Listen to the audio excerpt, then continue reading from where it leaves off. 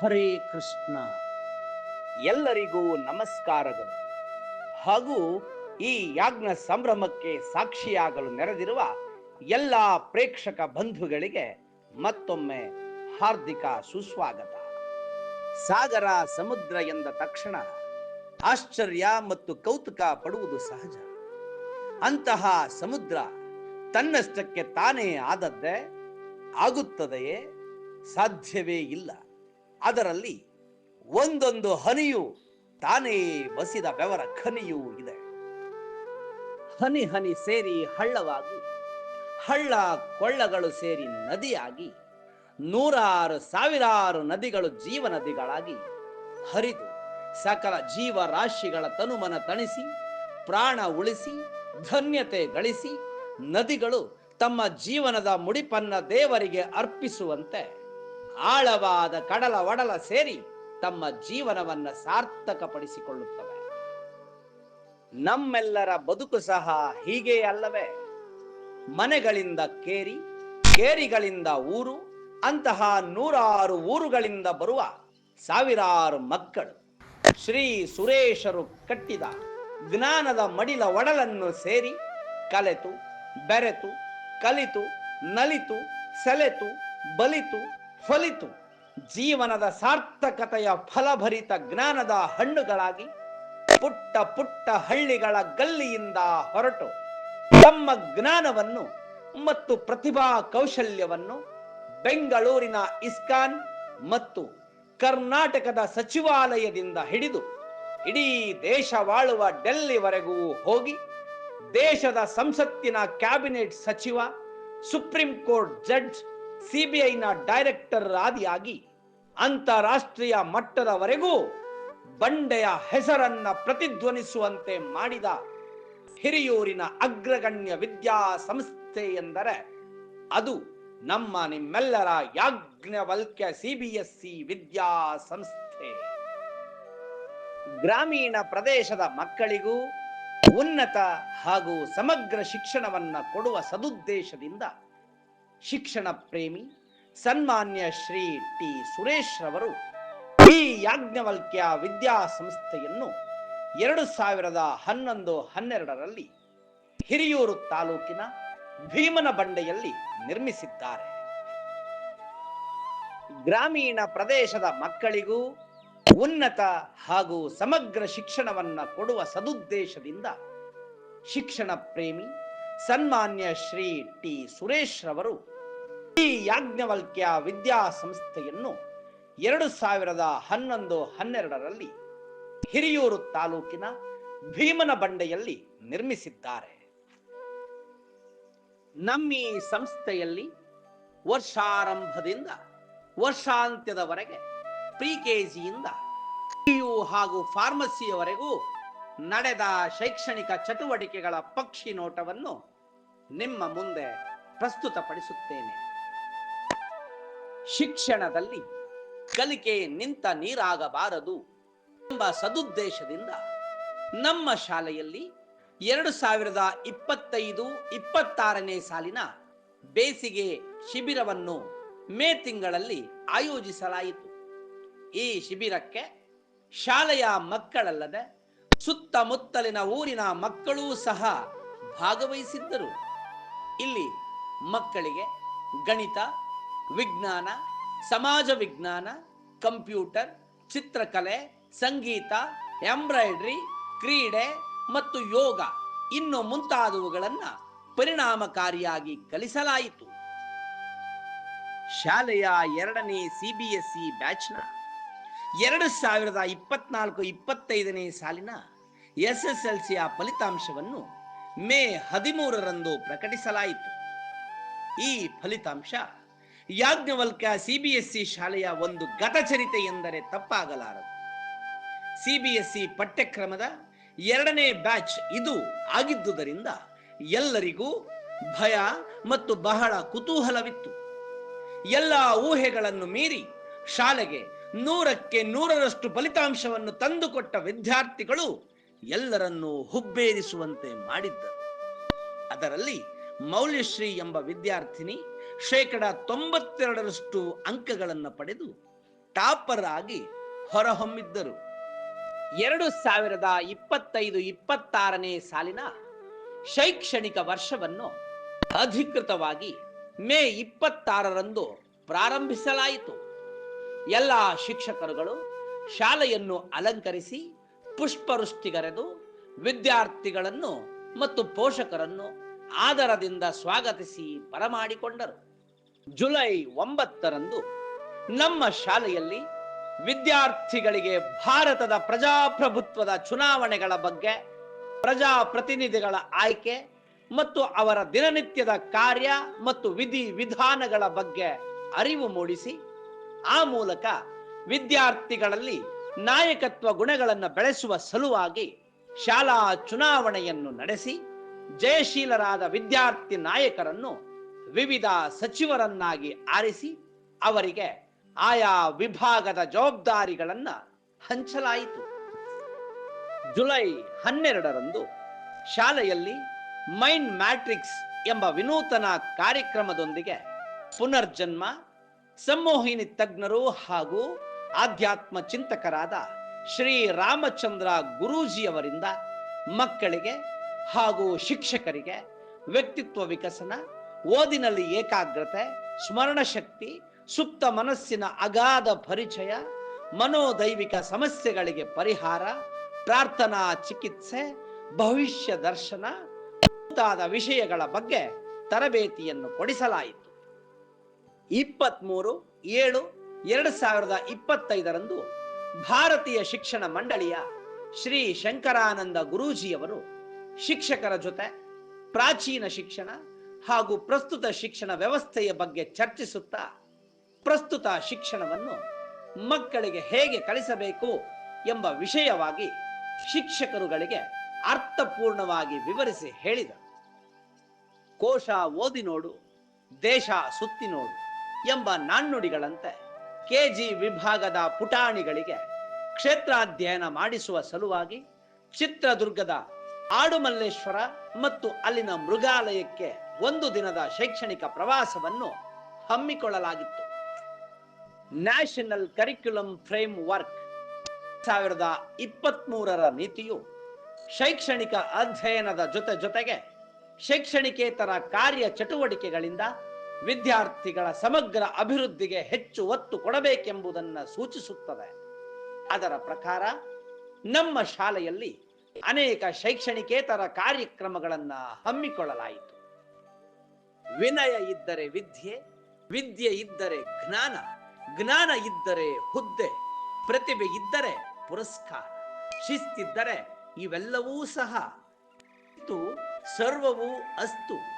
ಈ ಹಿನ್ನೆಲೆಯಲ್ಲಿ ಮಕ್ಕಳಲ್ಲಿ ಶಿಸ್ತು ಹಾಗೂ ಶ್ರದ್ಧೆ ಮೂಡಿಸುವ ಸಲುವಾಗಿ ಅವರಲ್ಲಿ ಸ್ಪರ್ಧಾ ಮನೋಭಾವ ಮತ್ತು ನಾಯಕತ್ವ ಗುಣಗಳನ್ನು ಬೆಳೆಸುವ ಸಲುವಾಗಿ ಶಾಲೆಯಲ್ಲಿ ಸುಭಾಷ್ ಚಂದ್ರ ಬೋಸ್, ಅಬ್ದುಲ್ ಕಲಾಂ, ರವೀಂದ್ರನಾಥ್ ಠಾಗೋರ್, ಸರೋಜಿನಿ ನಾಯ್ಡು ಮುಂತಾದ ನಾಯಕರ ಹೆಸರಿನ 4 ಹೌಸ್ಗಳನ್ನು ಸ್ಥಾಪಿಸಿ ತರಗತಿವಾರು ವಿಭಾಗಿಸಿ ಅವುಗಳಿಗೆ ನಾಯಕರನ್ನ ಗುರುತಿಸಿ ಜುಲೈ 26ರಂದು ಶಾಲೆಯ ಹೌಸ್ ಪದಗ್ರಹಣ ಕಾರ್ಯಕ್ರಮವನ್ನು ನಡೆಸಲಾಯಿತು.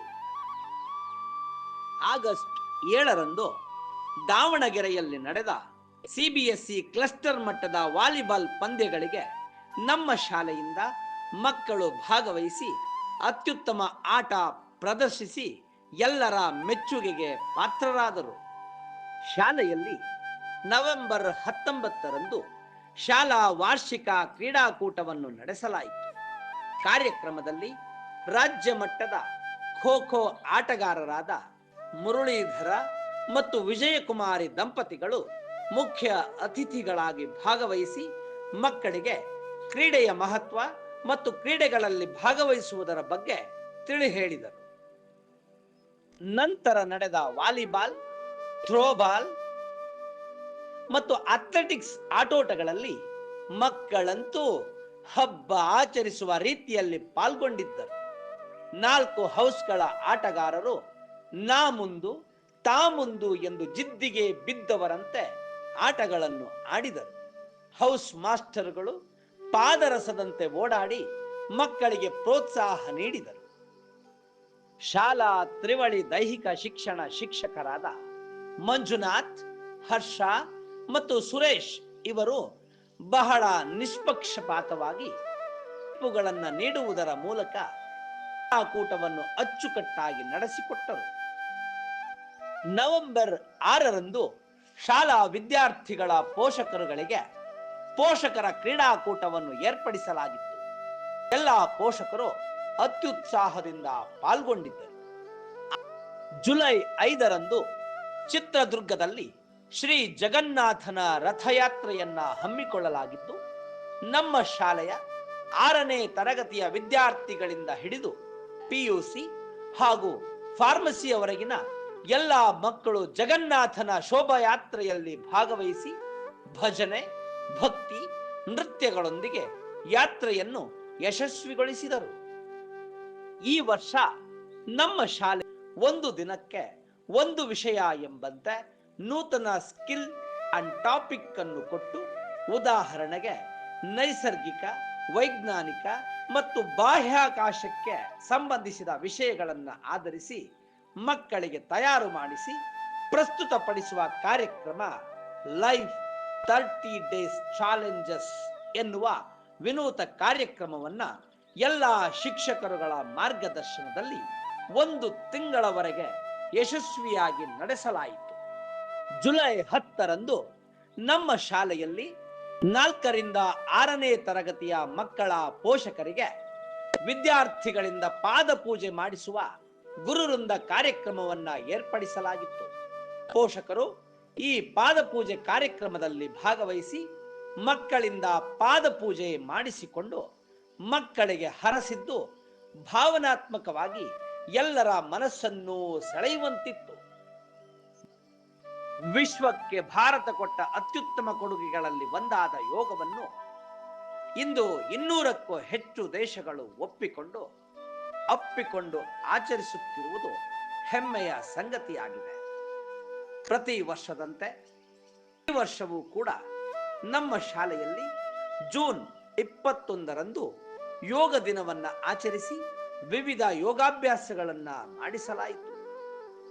ಆಗಸ್ಟ್ 15ರಂದು ಭಾರತದ 78ನೇ ಸ್ವಾತಂತ್ರ್ಯ ದಿನಾಚರಣೆಯನ್ನು ಪೂರ್ಣವಾಗಿ ಆಚರಿಸಿ ಭಾರತದ ಸ್ವಾತಂತ್ರ್ಯಕ್ಕಾಗಿ ಮಡಿದ ಸಾವಿರಾರು ವೀರ ಯೋಧರನ್ನು, ಧೀಮಂತ ನಾಯಕರನ್ನು, ಅವರ ತ್ಯಾಗ ಬಲಿದಾನಗಳನ್ನು ಸ್ಮರಿಸಲಾಯಿತು.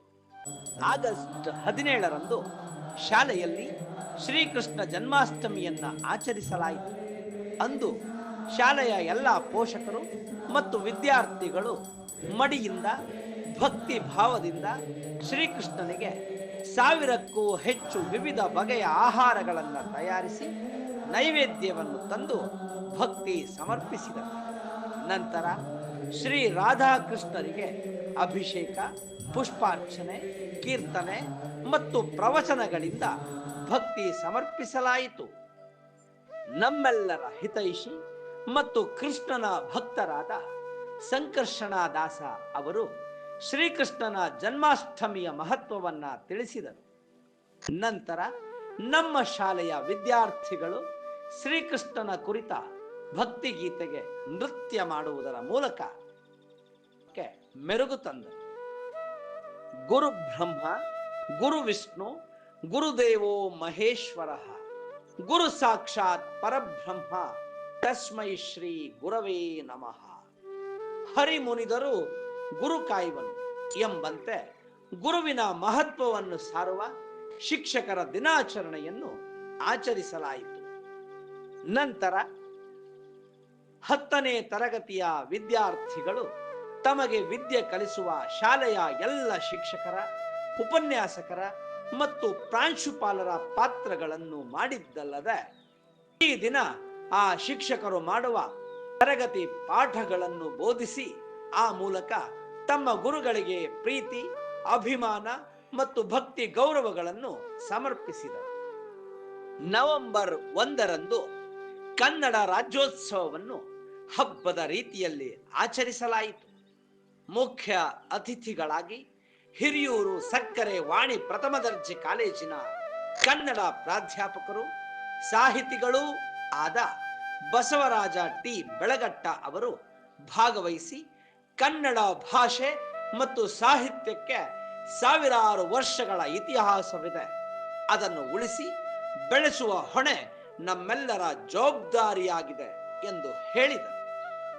ನಂತರ ಶಾಲೆಯ 4 ಹೌಸ್ನ ಆಯಾ ವಿಭಾಗದ ವಿದ್ಯಾರ್ಥಿಗಳು ಕನ್ನಡದ ನೆಲ, ಜಲ, ನಾಡು, ನುಡಿ ಮತ್ತು ಸಂಸ್ಕೃತಿಯನ್ನು ಪ್ರತಿಬಿಂಬಿಸುವಂತಹ ನೃತ್ಯ, ಹಾಡು, ಏಕಪಾತ್ರಾಭಿನಯಗಳನ್ನು ಪ್ರದರ್ಶಿಸಿದರು. ಜೊತೆಗೆ ಕನ್ನಡದ ಬಗೆಗೆ ರಸಪ್ರಶ್ನೆ ಹಾಗೂ ಗೀತಗಾಯನ ಸ್ಪರ್ಧೆಗಳನ್ನು ಏರ್ಪಡಿಸಲಾಯಿತು. ನವೆಂಬರ್ 14ರಂದು ಶಾಲೆಯಲ್ಲಿ ಮಕ್ಕಳ ದಿನಾಚರಣೆಯನ್ನು ಆಚರಿಸಲಾಯಿತು. ಶಾಲೆಯಲ್ಲಿ ಎಲ್ಲ ಶಿಕ್ಷಕರುಗಳು ಉತ್ಸಾಹದಿಂದ ನೃತ್ಯ, ಗಾಯನ, ಭಾಷಣ ಮತ್ತು ಏಕಪಾತ್ರಾಭಿನಯಗಳನ್ನು ಮಾಡಿ ಮಕ್ಕಳಿಗೆ ಮನರಂಜನೆಯೊಂದಿಗೆ ಮಾದರಿಯಾಗಿ ಎಲ್ಲರನ್ನೂ ರಂಜಿಸಿ ಕಾರ್ಯಕ್ರಮಕ್ಕೆ ಮೆರುಗು ನೀಡಿದರು. ಶಿಕ್ಷಕರೇ ಮಕ್ಕಳಾಗಿ ಅಭಿನಯ ಮಾಡಿದ್ದು ಬಹಳ ಆಕರ್ಷಣೀಯವಾಗಿತ್ತು. ಅಣ್ಣ ತಮ್ಮಂದಿರ ಬಾಂಧವ್ಯ, ಒಂದಾಗಿ ಬಾಳುವ ಕುಟುಂಬ ಮತ್ತು ಪರಿವಾರದ ಹಾಡು, ರೆಟ್ರೋ ಹಾಡುಗಳು ಮತ್ತು ಇತ್ತೀಚಿನ ಟ್ರೆಂಡ್ ಹಾಡುಗಳಿಗೆ ನೃತ್ಯಗಳಂತೂ ಎಲ್ಲರನ್ನೂ ಆಕರ್ಷಿಸಿತ್ತು. ಶಿಕ್ಷಕರ ನೃತ್ಯಕ್ಕೆ ಮಕ್ಕಳ ಶಿಳ್ಳೆ, ಚಪ್ಪಾಳೆ ಮತ್ತು ಕರತಾಡನ ಮುಗಿಲು ಮುಟ್ಟಿತ್ತು. ತಮ್ಮ ನೆಚ್ಚಿನ ಶಿಕ್ಷಕರ ನೃತ್ಯವನ್ನು ನೋಡಿ ಮಕ್ಕಳು ಅನುಭವಿಸಿದ ಈ ಸಂತೋಷವನ್ನು ಯಾವ ಕವಿಯೂ ಸಹ ವರ್ಣಿಸಲಾರ. International value education olympiad ಅಂದರೆ ರಾಷ್ಟ್ರೀಯ ಮಟ್ಟದ ಮೌಲ್ಯ ಶಿಕ್ಷಣದ ಒಲಿಂಪಿಯಾಡ್. ಇದನ್ನು ನವದೆಹಲಿಯ ಇಸ್ಕಾನ್ ಸಂಸ್ಥೆ ಹಾಗೂ ವನ ಮತ್ತು ಪರಿಸರ ಸಚಿವಾಲಯ ಹಾಗೂ ವಿಶ್ವಸಂಸ್ಥೆಯೊಂದಿಗೆ ಒಗ್ಗೂಡಿ ನಡೆಸಿದಂತಹ ಅಂತಾರಾಷ್ಟ್ರೀಯ ಮಟ್ಟದ ಎಕ್ಸಾಮ್ನಲ್ಲಿ ನಮ್ಮ ಯಾಜ್ಞವಲ್ಕ್ಯ ಶಾಲೆಯ ಪ್ರತಿಭಾನ್ವಿತ ವಿದ್ಯಾರ್ಥಿನಿ ಹರ್ಷಿತಾ ಎಲ್ 2ನೇ ರ್ಯಾಂಕ್ ಪಡೆದು ನಮ್ಮ ರಾಜ್ಯ, ಜಿಲ್ಲೆ ಮತ್ತು ತಾಲೂಕಿಗೆ ಗೌರವ ತಂದುಕೊಟ್ಟ ಇಡೀ ರಾಜ್ಯದಿಂದ ಆಯ್ಕೆಯಾದ ಏಕೈಕ ವಿದ್ಯಾರ್ಥಿನಿ ಎಂದರೆ ಅದು ಹರ್ಷಿತಾ ಎಲ್. ನವದೆಹಲಿಯಲ್ಲಿ ನಡೆದ ವರ್ಣರಂಜಿತ ಸಮಾರಂಭದಲ್ಲಿ ಕೇಂದ್ರೀಯ ಪರಿಸರ ಮತ್ತು ಅರಣ್ಯ ಸಚಿವ ಭೂಪೇಂದ್ರ ಯಾದವ್ ಇವರಿಂದ cash prize, award of excellence certificate ಪಡೆದು ಯಾಜ್ಞವಲ್ಕ್ಯ ಶಾಲೆಯ ಕೀರ್ತಿ ಪತಾಕೆಯನ್ನು ರಾಜ್ಯದಾದ್ಯಂತ ಹರಡಿದ್ದಾಳೆ. ಯಾಜ್ಞವಲ್ಕ್ಯ ವಿದ್ಯಾ ಸಂಸ್ಥೆಯು ವಿದ್ಯಾರ್ಥಿನಿ ಹರ್ಷಿತಾ ಎಲ್ ಮತ್ತು ಅವರ ತಂದೆ ಲಕ್ಷ್ಮೀಪತಿ, ತಾಯಿ ಶಶಿಕಲಾ ಅವರನ್ನು ಆತ್ಮೀಯವಾಗಿ ಅಭಿನಂದಿಸಿ ಹಾರೈಸಿತು. International green olympiad organised by ministry of education ಹಾಗೂ ಜೆ.ಎಂ. ಟಾಟಾ ಸ್ಥಾಪಿಸಿದ ಟೆರ್ರಿ ಅಂದರೆ the environment and research institute New Delhi ಇವೆರಡರ ವತಿಯಿಂದ ನಡೆಸಲಾದ 40ಕ್ಕೂ ಹೆಚ್ಚು ರಾಷ್ಟ್ರಗಳು ಭಾಗವಹಿಸುವಂತಹ ಅಂತಾರಾಷ್ಟ್ರೀಯ ಒಲಿಂಪಿಯಾಡ್ ಎಕ್ಸಾಮ್ನಲ್ಲಿ ನಮ್ಮ ಯಾಜ್ಞವಲ್ಕ್ಯ ಶಾಲೆಯ 29 ವಿದ್ಯಾರ್ಥಿಗಳು ಅಂತಾರಾಷ್ಟ್ರೀಯ ಮಟ್ಟದಲ್ಲಿ ಪ್ರಥಮ, ದ್ವಿತೀಯ ಮತ್ತು ತೃತೀಯ ಸ್ಥಾನ ಪಡೆದದ್ದರಿಂದ ಈ ಎಲ್ಲ ಪ್ರತಿಭಾವಂತ ವಿದ್ಯಾರ್ಥಿಗಳು ನವದೆಹಲಿಯಲ್ಲಿ ನಡೆದ ವರ್ಣರಂಜಿತ ಸಮಾರಂಭದಲ್ಲಿ ಟೆರ್ರಿ ಸಂಸ್ಥೆಯ ಮಹಾ ನಿರ್ದೇಶಕಿ ವಿಭಾ ಧವನ್ ಹಾಗೂ ಕೇಂದ್ರೀಯ ಶಿಕ್ಷಣ ಇಲಾಖೆಯ ನಿರ್ದೇಶಕ ಎಸ್.ಕೆ.ಎಸ್. ಶರ್ಮಾ ಅವರಿಂದ ಪ್ರಶಸ್ತಿಯನ್ನ ಪಡೆದರು. ಈ ಸಾಧನೆಯಿಂದ ಯಾಜ್ಞವಲ್ಕ್ಯ ಸಿಬಿಎಸ್ಇ ಶಾಲೆಯು ಇಡೀ ಕರ್ನಾಟಕದಿಂದ ಈ ಪ್ರಮಾಣದಲ್ಲಿ ರಾಷ್ಟ್ರ ಮಟ್ಟದ ಬಹುಮಾನ ಪಡೆದ ಏಕೈಕ ಶಾಲೆಯಾಗಿ ಗುರುತಿಸಿಕೊಂಡಿದೆ. ಇದಾದ ನಂತರ ಎಲ್ಲ ವಿದ್ಯಾರ್ಥಿಗಳು ಹೊಸ ಮತ್ತು ಹಳೆ ಸಂಸತ್ ಭವನ, ರಾಷ್ಟ್ರಪತಿ ಭವನ, ರಾಜಘಾಟ್, ಲಾಲ್ ಕಿಲ್ಲಾ ಮತ್ತು ಸುಪ್ರೀಂ ಕೋರ್ಟ್ ಹಾಗೂ ದೇಶದ ಪ್ರಮುಖ ಆಡಳಿತಾತ್ಮಕ ಮತ್ತು ಐತಿಹಾಸಿಕ ಸ್ಥಳಗಳಿಗೆ ಮತ್ತು ಶ್ರೀಕೃಷ್ಣನ ಜನ್ಮಸ್ಥಳವಾದ ಮಥುರಾ, ವೃಂದಾವನ, ಗೋವರ್ಧನ ಪರ್ವತ, ರಾಮನ ಜನ್ಮಭೂಮಿಯಾದ ಅಯೋಧ್ಯೆ ವಾರಣಾಸಿಯ ಕಾಶಿನಾಥ ದೇವಾಲಯ ಮುಂತಾದ ಭಾರತೀಯ ಆಧ್ಯಾತ್ಮಿಕ ಕ್ಷೇತ್ರಗಳಿಗೂ ಭೇಟಿ ನೀಡಿ ಬಂದರು. ಈ ಎಲ್ಲ ಸಾಧನೆಗಳನ್ನ ಗುರುತಿಸಿ ಚಿತ್ರದುರ್ಗದ ಆಕಾಶವಾಣಿ ಕೇಂದ್ರವು ಈ ಎಲ್ಲ ಮಕ್ಕಳ ಸಂದರ್ಶನ ಮಾಡಿ ಪ್ರಸಾರ ಮಾಡಿತು. ನಮ್ಮ ದೇಶದ ಪ್ರತಿಷ್ಠಿತ ಸಂಸ್ಥೆ IIT ಬಾಂಬೆ ಇವರು ನಡೆಸುವ ರಾಷ್ಟ್ರೀಯ ಮಟ್ಟದ ಸ್ಪರ್ಧೆ ಯುರೇಕಾ ಜೂನಿಯರ್ ಎಂಟರ್ಪ್ರಿನರ್ಶಿಪ್ ಮತ್ತು ಇನೋವೇಷನ್ ಸ್ಪರ್ಧೆಯಲ್ಲಿ ನಮ್ಮ ಶಾಲೆಯ ಗ್ರೇಡ್ 9ರ ಪೃಥ್ವಿಕಾ, ಗ್ರೇಡ್ 8ರ ಯಶಸ್ ಕುಮಾರ್, ಮನೋಜ್ ರಾಜ್ ಮತ್ತು ನವ್ಯ ಅಂತಿಮ ಸುತ್ತಿಗೆ ಪ್ರವೇಶಿಸಿ ಗ್ರಾಮೀಣ ಪ್ರದೇಶದ ಶಾಲೆಯಲ್ಲಿ ಓದುತ್ತಿದ್ದರೂ ರಾಷ್ಟ್ರ ಮಟ್ಟದಲ್ಲಿ ಸ್ಪರ್ಧೆಯೊಡ್ಡಿ ಎಲ್ಲರ ಹುಬ್ಬೇರುವಂತೆ ಮಾಡಿ ನಿಬ್ಬೆರಗಾಗಿಸಿದರು. ಇಸ್ರೋದ ಮೊದಲ ಉಪಗ್ರಹ ಆರ್ಯಭಟ ಉಡಾವಣೆ ಮಾಡಿ 50 ವಸಂತಗಳನ್ನು ಪೂರೈಸಿದ ಈ ಶುಭ ಸಂದರ್ಭದಲ್ಲಿ ನೆಹರು ಪ್ಲಾನೆಟೋರಿಯಂನ ಅದ್ದೂರಿ ಸಮಾರಂಭಕ್ಕೆ ಯಾಜ್ಞವಲ್ಕ್ಯ CBSE ಶಾಲೆ ಮತ್ತು ಕಾಲೇಜಿನ ವಿದ್ಯಾರ್ಥಿಗಳಿಗೆ ವಿಶೇಷ ಆಹ್ವಾನವಿತ್ತು. ಈ ಕಾರ್ಯಕ್ರಮದಲ್ಲಿ ನಮ್ಮ ದೇಶದ ಪ್ರತಿಷ್ಠಿತ ಸಂಸ್ಥೆ ಇಸ್ರೋದ ಅಂತರಿಕ್ಷದ ಗಗನಯಾನಕ್ಕೆ ಹೋಗುವ 4 ಜನರಲ್ಲಿ ಒಬ್ಬರಾದ ಅಂಗದ್ ಪ್ರತಾಪ್ ಅವರೊಂದಿಗೆ ನಮ್ಮ ಮಕ್ಕಳು ಸಂವಾದ ನಡೆಸಿ ತಾವೂ ಸಹ ಆಸ್ಟ್ರೋನಾಟ್ ಆಗಬೇಕೆಂಬ ಆಶಯದೊಂದಿಗೆ ವಿವಿಧ ಸೆಮಿನಾರ್ಗಳಲ್ಲಿ ಭಾಗವಹಿಸಿ ನಂತರ ವಸ್ತು ಪ್ರದರ್ಶನಗಳನ್ನ ವೀಕ್ಷಣೆ ಮಾಡಿದರು. ಅಂತಾರಾಷ್ಟ್ರೀಯ ಕೃಷ್ಣ ಪ್ರಜ್ಞೆ ಸಂಸ್ಥೆ ಇಸ್ಕಾನ್ ಬೆಂಗಳೂರು ಇವರು ನಡೆಸಿಕೊಡುವ heritage fest Indian biggest cultural ಕಾರ್ನಿವಾಲ್ನಲ್ಲಿ ನಡೆದ ವಿವಿಧ ಸ್ಪರ್ಧೆಗಳಲ್ಲಿ ನಮ್ಮ ಶಾಲೆಯ ಪ್ರಿಕೆಜಿಯಿಂದ 10th ಗ್ರೇಡ್ನವರೆಗಿನ ಮಕ್ಕಳು classical dance, semi classical dance, folk dance, Bhagavad Gita shloka, chanting Vedic chants, story telling, elocution ಹಾಗೂ ಇನ್ನು ಮುಂತಾದ ಸ್ಪರ್ಧೆಗಳಲ್ಲಿ ಭಾಗವಹಿಸಿ 100ಕ್ಕೂ ಹೆಚ್ಚು ರಾಜ್ಯ ಮಟ್ಟದ ಪ್ರಶಸ್ತಿ, ಪದಕ ಮತ್ತು ಟ್ರೋಫಿಗಳನ್ನ ಪಡೆದರು. ಇಷ್ಟಲ್ಲದೆ ಅದೇ ಸಂಸ್ಥೆಯವರು ನಡೆಸುವ ಗೋಲೋಕೋ ಶೈಟ್ಸ್ ಕಾರ್ಯಕ್ರಮದ ಅಡಿಯಲ್ಲಿ ಮಕ್ಕಳಲ್ಲಿರುವ ಸೃಜನಾತ್ಮಕ ಕಲಿಕೆಯನ್ನ ಹೊರತರಲು ರಾಜ್ಯ ಮಟ್ಟದ ಕಲರಿಂಗ್, ಪೇಂಟಿಂಗ್, ಹ್ಯಾಂಡ್ ರೈಟಿಂಗ್ ಮತ್ತು ಪೆನ್ಸಿಲ್ ಶೇಡ್ಸ್ ಸ್ಪರ್ಧೆಗಳನ್ನು ಏರ್ಪಡಿಸಿದ್ದು ನಮ್ಮ ಶಾಲೆಯ 50ಕ್ಕೂ ಹೆಚ್ಚು ವಿದ್ಯಾರ್ಥಿಗಳು ರಾಜ್ಯ ಮಟ್ಟದ ಪ್ರಶಸ್ತಿಗಳನ್ನು ಪಡೆದು ನಮ್ಮ ಶಾಲೆಯ ಹೆಸರನ್ನು ಬಾನೆತ್ತರಕ್ಕೆ ಕೊಂಡೊಯ್ದಿದ್ದಾರೆ. ಇಸ್ಕಾನ್ ಸಂಸ್ಥೆಯ ಇತಿಹಾಸದಲ್ಲಿಯೇ 28 ವರ್ಷಗಳ ನಂತರ ನಡೆಸುವ ಭಗವದ್ಗೀತೆ ಕ್ವಿಜ್ ಸ್ಪರ್ಧೆಯಲ್ಲಿ ಇಡೀ ರಾಜ್ಯಕ್ಕೆ ಫಸ್ಟ್ ಪ್ರೈಸ್ ಪಡೆದ ಬೆಂಗಳೂರೇತರ ಶಾಲೆ ಎಂದರೆ ಅದು ನಮ್ಮ ಯಾಜ್ಞವಲ್ಕ್ಯ CBSE ಶಾಲೆ ಎಂದು ಹೇಳಲು ಹೆಮ್ಮೆ ಎನಿಸುತ್ತದೆ. ಈ ಸಾಧನೆ ಮಾಡಿದ ತಂಡದಲ್ಲಿ ಗ್ರೇಡ್ 9ರ ವಿದ್ಯಾರ್ಥಿಗಳಾದ ಭಗವತ್ ಚರಣ್, ವರ್ಷಿತಾ ಮತ್ತು ಚೇತನಾ ನಾಯಕ್ ಇದ್ದರು. ಇಸ್ರೋ ಮತ್ತು UR ಸ್ಯಾಟಲೈಟ್ ಸೆಂಟರ್ ಪ್ರತಿ ವರ್ಷ ಸ್ಪೇಸ್ ಸೈನ್ಸ್ನ ವಿವಿಧ ವಿಷಯಗಳ ಬಗ್ಗೆ ಟೆಕ್ನಿಕಲ್ ಟಾಕ್ ಅನ್ನು ಏರ್ಪಡಿಸಿರುತ್ತಾರೆ. ಕರ್ನಾಟಕದಿಂದ ಒಟ್ಟು 100 ವಿದ್ಯಾರ್ಥಿಗಳನ್ನು ಆಯ್ಕೆ ಮಾಡುತ್ತಾರೆ.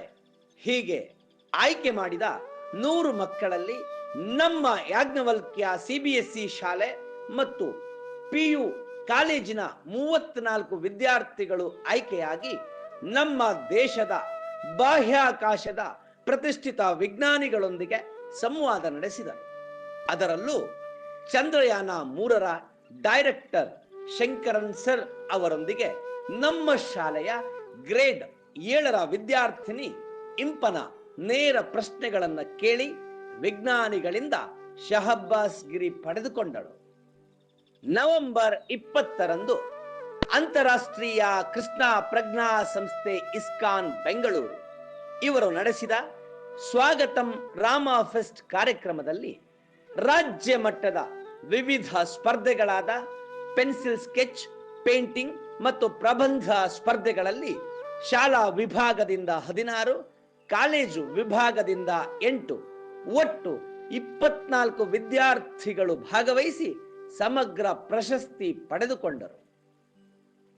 ದಾವಣಗೆರೆ ಪ್ರತಿಷ್ಠಿತ ಶಾಲೆ ನಡೆಸುವ ಸ್ಕೂಲ್ ಫೆಸ್ಟ್ ಮತ್ತು ಕಾಂಪಿಟೇಷನ್ನಲ್ಲಿ ನಮ್ಮ ಶಾಲೆಯ ಮಕ್ಕಳು 20ಕ್ಕೂ ಹೆಚ್ಚು ಸ್ಪರ್ಧೆಗಳಲ್ಲಿ ಭಾಗವಹಿಸಿ 17 ವಿದ್ಯಾರ್ಥಿಗಳು ಬಹುಮಾನ ಪಡೆದರು.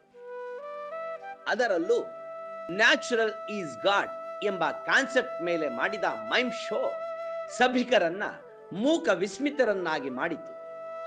ಈ ಫೆಸ್ಟ್ನಲ್ಲಿ 10ಕ್ಕೂ ಹೆಚ್ಚು ಜಿಲ್ಲೆಗಳ ಪ್ರತಿಷ್ಠಿತ ಶಾಲೆಗಳ ಮಕ್ಕಳನ್ನ ಹಿಂದಿಕ್ಕಿ ಕ್ವಿಜ್, ರಂಗೋಲಿ, ಪಾಟ್ ಪೇಂಟಿಂಗ್ ಸ್ಪರ್ಧೆಗಳಲ್ಲಿ ನಮ್ಮ ಮಕ್ಕಳು ಬಹುಮಾನ ಪಡೆದರು.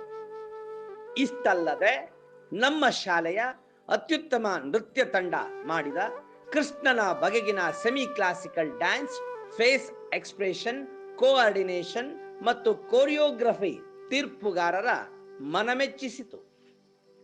ಭಾರತದ ಪ್ರತಿಷ್ಠಿತ ಎಂಎನ್ಸಿ ಕಂಪನಿಯಾದ HCL ನಡೆಸುವ ಪ್ರಗತಿಶೀಲ ಮೌಲ್ಯಮಾಪನದ ಮೂಲಕ ವಿದ್ಯಾರ್ಥಿಗಳ ಶ್ರೇಷ್ಠತೆಯನ್ನು ಗುರುತಿಸಲು HCL ಜಿಗ್ಸಾ ಸ್ಪರ್ಧೆಯಲ್ಲಿ ನಮ್ಮ ಶಾಲೆಯ 46 ವಿದ್ಯಾರ್ಥಿಗಳು ಫೈನಲ್ ಪ್ರವೇಶಿಸಿ ತಮ್ಮ ಕೌಶಲ್ಯವನ್ನು ಮೆರೆದರು.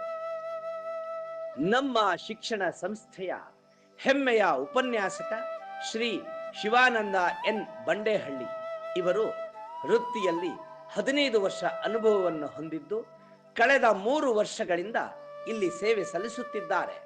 ಶ್ರೀಯುತರು ತಮ್ಮ ಉಪನ್ಯಾಸಕ ವೃತ್ತಿಯೊಂದಿಗೆ ಬರವಣಿಗೆಯನ್ನು ಪ್ರವೃತ್ತಿಯನ್ನಾಗಿಸಿಕೊಂಡು ಅನೇಕ ಕಥೆ, ಕವಿತೆ, ನಾಟಕಗಳನ್ನು ರಚಿಸಿದ್ದು ಇವರು ರಚಿಸಿದ ಕಡೆದಷ್ಟು ಕನಸುಗಳು ಎಂಬ ಕವನ ಸಂಕಲನ ಅಕ್ಷರನಾದ ಪಬ್ಲಿಕೇಶನ್ಸ್ ಬೆಂಗಳೂರು ಇವರಿಂದ ಪ್ರಕಟಗೊಂಡು ಉತ್ತಮ ಪುಸ್ತಕ ಪ್ರಶಸ್ತಿಗೆ ಭಾಜನವಾಗಿ ಓದುಗರ ಮನ್ನಣೆ ಪಡೆದಿರುತ್ತದೆ.